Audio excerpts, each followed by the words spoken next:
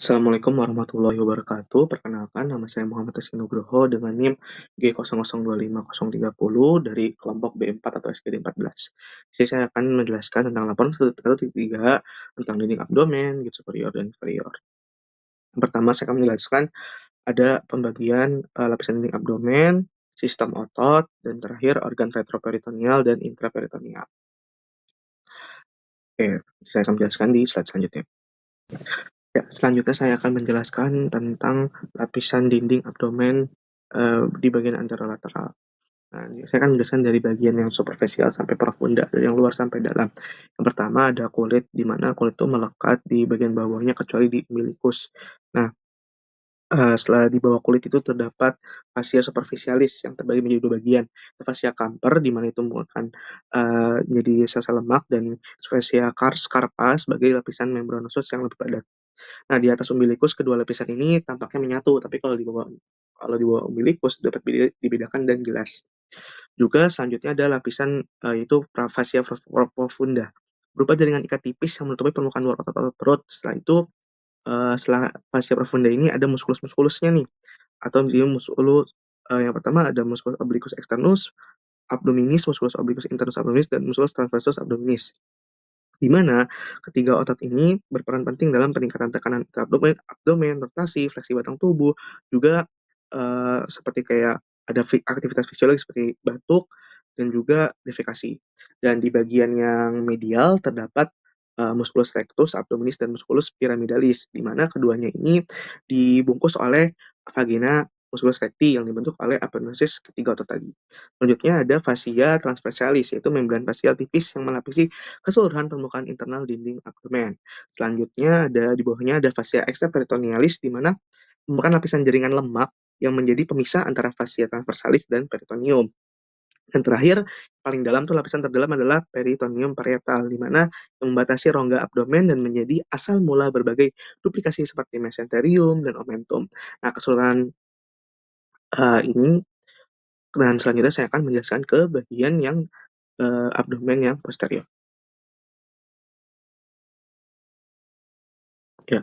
Selanjutnya sebelum kita menjelaskan ke dinding abdomen dan peritoneal, nah di bagian, peritoneum ini, dibedakan menjadi 2, ada peritoneum yang parietal sama visceral. Mana kalau yang parietal ini, melapisi bagian dalam dinding abdomen dan menjadi bagian dari dinding abdomen sendiri. Tapi kalau yang bagian visceral, itu merupakan lapisan peritoneum yang, melapisi langsung permukaan organ viscera abdominis, baik sebagian permukaan organ maupun seluruh permukaan organ disebut organ intraperitoneal. Nah, di sini tuh, eee, setelah udah jadi peritoneum, kedua lapisan peritoneum ini membentuk suatu rongga. Nah, rongganya itu namanya, cavum peritoni. Nah, di mana dalam keadaan normal cavum ini berisi sedikit cairan serosa, di mana cairan ini juga berfungsi, melubrikasi permukaan peritoneum sehingga viscera bisa bergerak satu sama lain. Akibat adanya perputaran saat embrional, pada saat dewasa cavum peritoneum tidak lagi merupakan satu rongga yang utuh, tapi terpisah menjadi 2 ruangan yang dikenal sebagai cavum peritoneal major dan cavum peritoneal minor. Kedua cavum ini berhubungan melalui suatu lubang yang disebut foramen epiploica Winslow. Ya, selanjutnya saya akan menjelaskan tentang lapisan dinding abdomen peritoneal.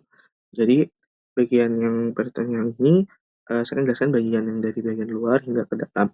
Yang luarnya juga sama seperti yang tadi, ada pertama ada kulit, yang kedua ada fascia superficialis dorsi, di mana dilanjut di bagian, bagian dalam setelah fascia superficialis dorsi itu ada musculus. Nah, musculus itu ada dibagi-bagi ada yang lapisan pertama, tempat musculus lapidus dorsi, dan di lapisan kedua ada musculus obliquus externus abdominis, musculus erector spinae, musculus longissimus dorsi, dan musculus serratus posterius inferior. Dan di bagian lapisan ketiga, ada juga beberapa musculus. Apa aja sih muskulusnya? Musculus multidus, musculus interspinalis, musculus obliquus internus abdominis, dan di yang lapisan keempat juga terdapat ada musculus quadratus lumborum dan musculus iliopsoas. Dan setelah ini juga ada fascia extraperitonealis, itu jaringan lemak tadi. Dan yang kelima juga terdapat peritoneum parietal. Ya, selanjutnya saya akan menjelaskan sistem otot yang pertama di bagian anterolateral, di mana, ini dibagi jadi 3 otot besar yaitu, ada flat muscle sama yang vertical muscle. Yang pertama ada flat muscle, atau otot datar. Nah, di mana dia tuh ada 3 otot besar, ada musculus obliquus externus abdominis, musculus obliquus internus abdominis, dan musculus transversus abdominis. Di mana di yang musculus obliquus externus abdominis ini, itu otot paling yang superficial, juga terdapat serabut inferomedial, juga membentuk ligamentum inguinal melalui penebalan aponeurosisnya, dan berperan dalam rotasi kontralateral dan fleksi trunk.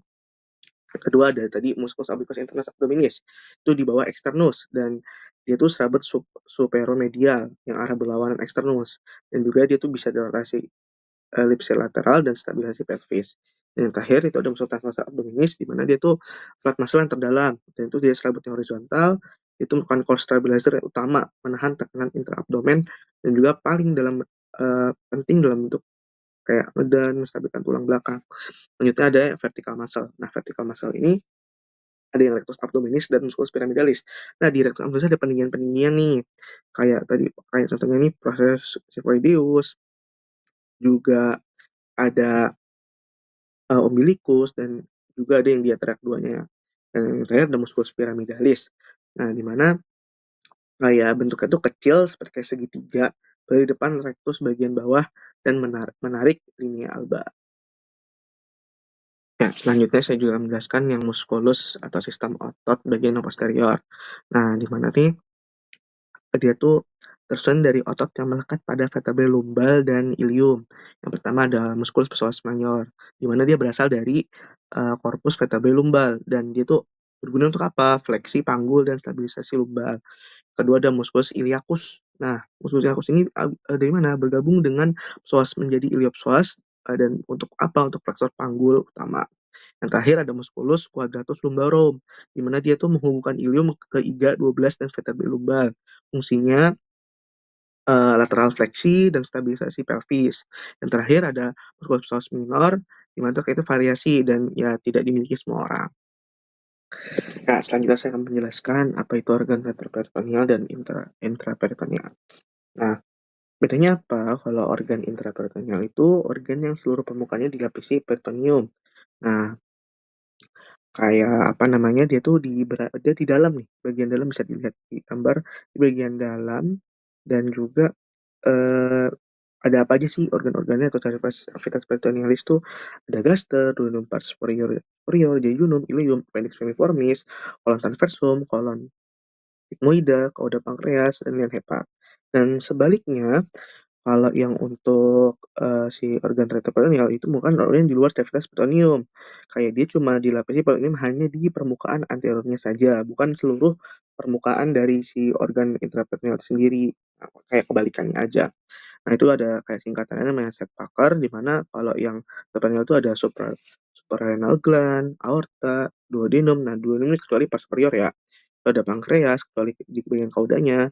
AU-nya tuh ureter, C-nya tuh colon ascendens descendens, dan K itu kidney atau ginjal, dan E-nya itu esophagus, dan terakhir adalah R itu adalah rectum.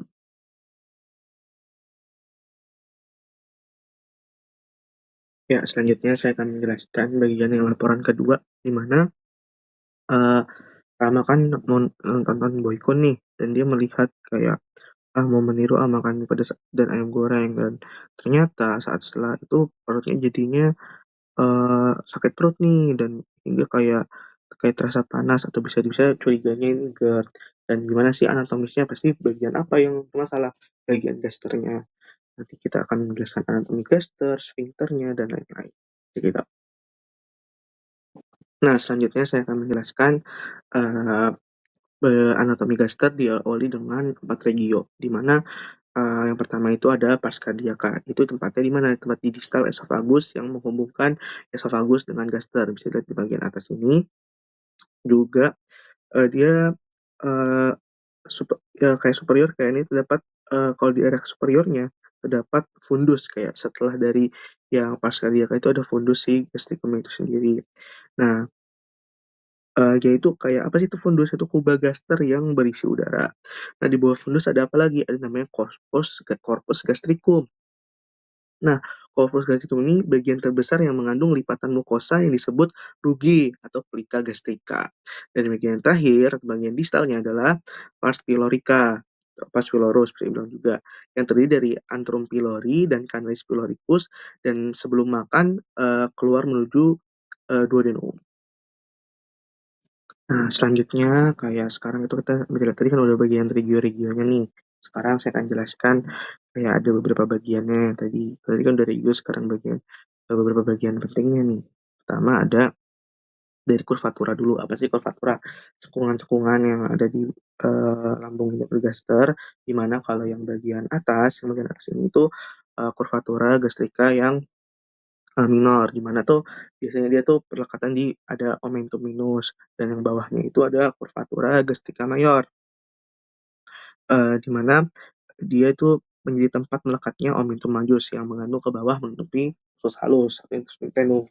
Nah, habis itu kita masuk ke, struktur yang penting nih, contohnya yaitu gastroesophageal sphincter atau bilang LES, lower esophageal sphincter. Di mana secara anatomis itu dia itu merupakan penebalan otot polos, distal esophagus yang pencegah reflux isi lambung kembali ke esophagus. Nah, reflux itu kalau isi lambung ke atas, nah itu dicegah sama si les ini, biar nggak ke atas. Dan juga ada namanya, orificium. Nah, orificium itu apa? Di mana kalau yang orificium yang cardiacum itu terletak di bagian vertebrae thoracalis 11. Nah, dia merupakan apa? Pintu masuknya dari esophagus ke gaster. Juga, tadi dijaga oleh si les ini, lower esophageal sphincter, supaya nggak ada reflux.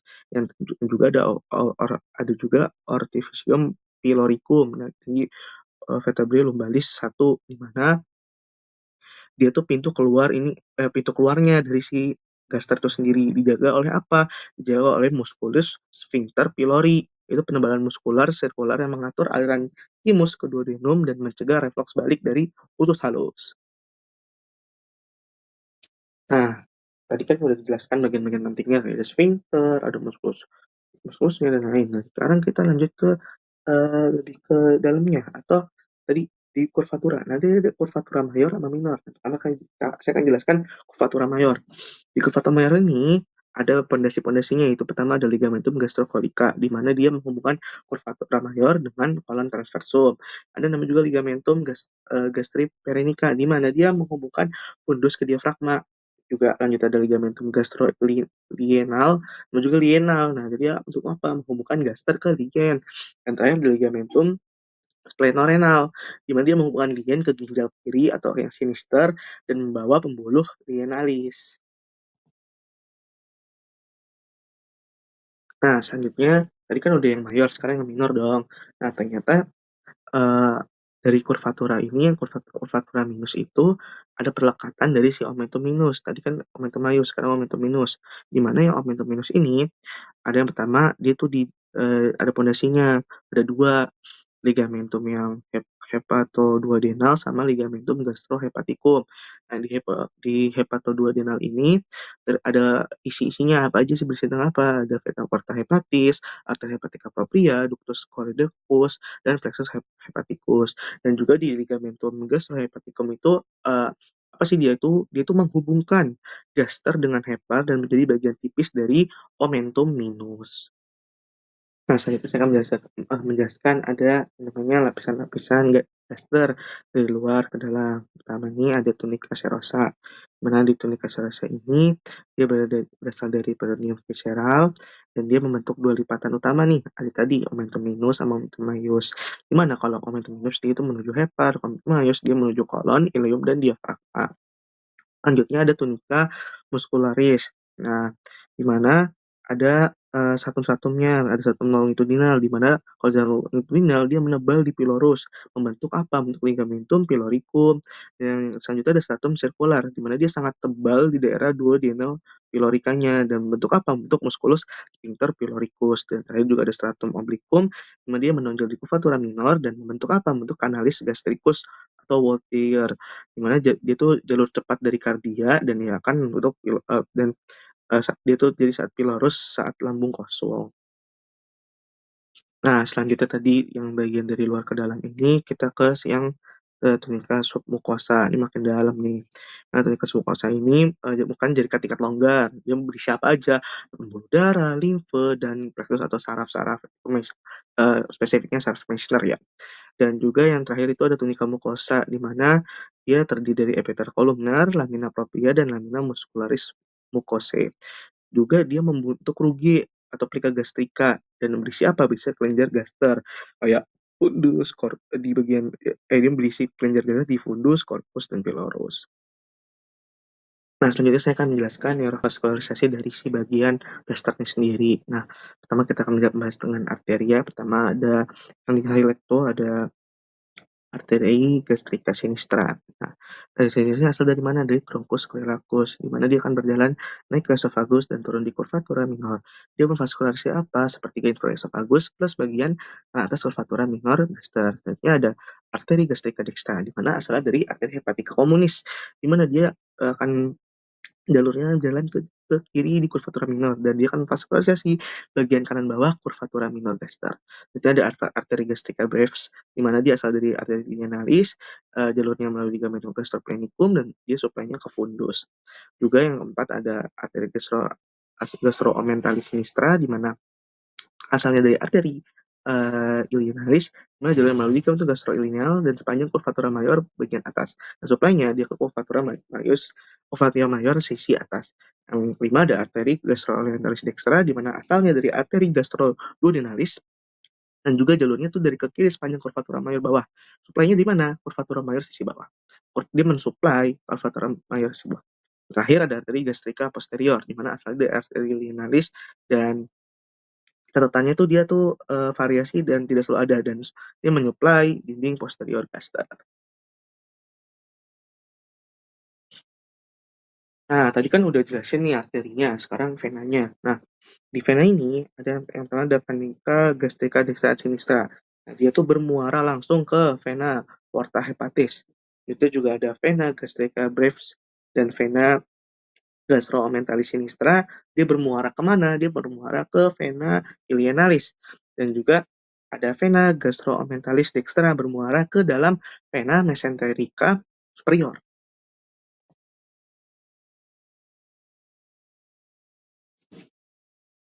Dan terakhir ini adalah inervasi dari si gasternya itu sendiri. Dan inervasi gaster ada yang simpatis dan parasimpatis. Untuk yang simpatisnya karena dia forgot, makanya dia apa namanya dengan nervus planicus maius dan parasimpatisnya pasti nervus vagus.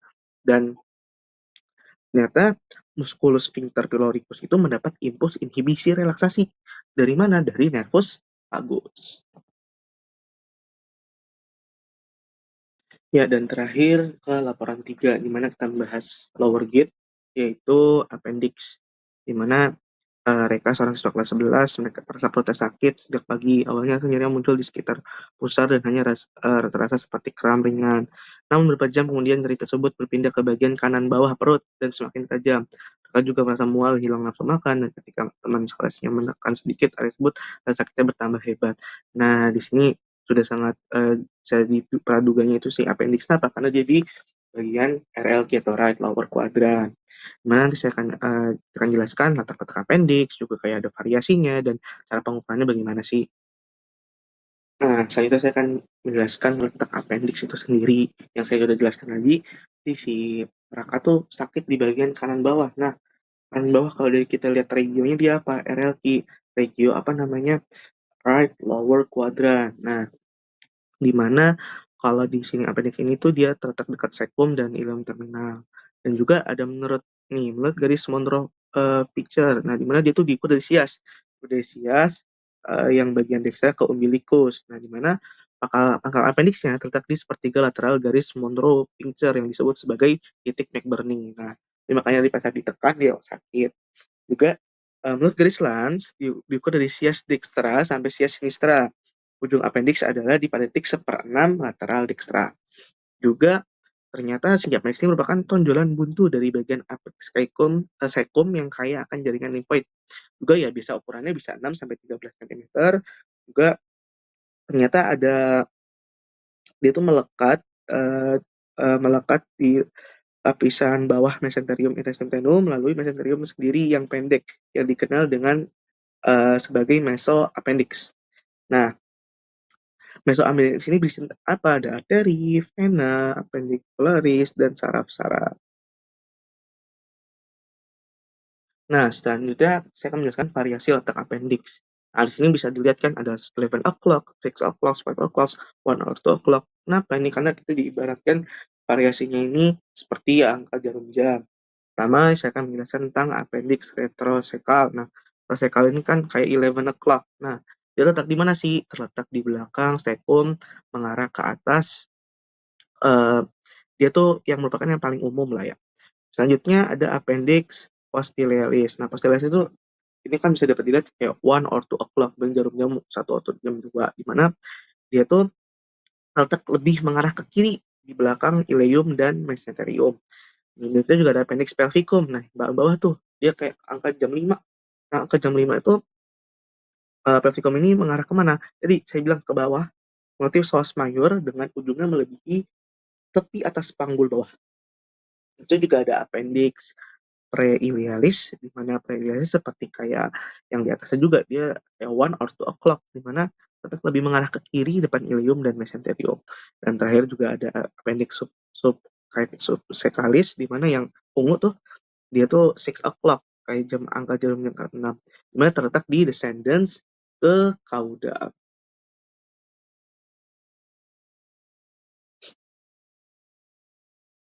Nah, selanjutnya saya akan menjelaskan tentang cara pengukuran appendix serta nama garis dan titiknya. Nah, cara pengukurannya adalah langkah-langkah yang pertama, letakkan jari pertama di sias kanan, di bagian sini, seperti gambar ini ada di sias. Penggalang spina iliaca anterior superiornya dengan ujung jari atau si siasnya itu sendiri. Kedua, letakkan jari kedua di umbilikus, gunakan tangan lain untuk menyentuh pusar. Nah, di situ bayangkan ada garis lurus nih dari sias ke umbilikus. Nah, bisa dilihat juga dari gambar yang saya ambil, di mana gunanya tangan lain tuh menyentuh pusar. Kenapa? Tadi buat membentuk si garis itu tadi. Habis itu, nah garis itu tadi namanya apa? Nah, namanya adalah McBurney line. Di mana dan itu geser jadi sias sejauh sepertiga jarak menuju umbilikus. Nah, hitung sepertiga panjang garis mulai dari sias. Dan kita ada titik tuh di tengah-tengah tuh. Namanya adalah titik McBurney atau McBurney point. Nah, inilah proyeksi permukaan letak si appendix itu tadi. Jadi kayak kita taruh tangan kita di bagian sias dan umbilikus, lalu sepertiganya di tengah itu ada si titik McBurney-nya, dan juga garisnya tadi itu, sepanjang garisnya itu adalah McBurney line.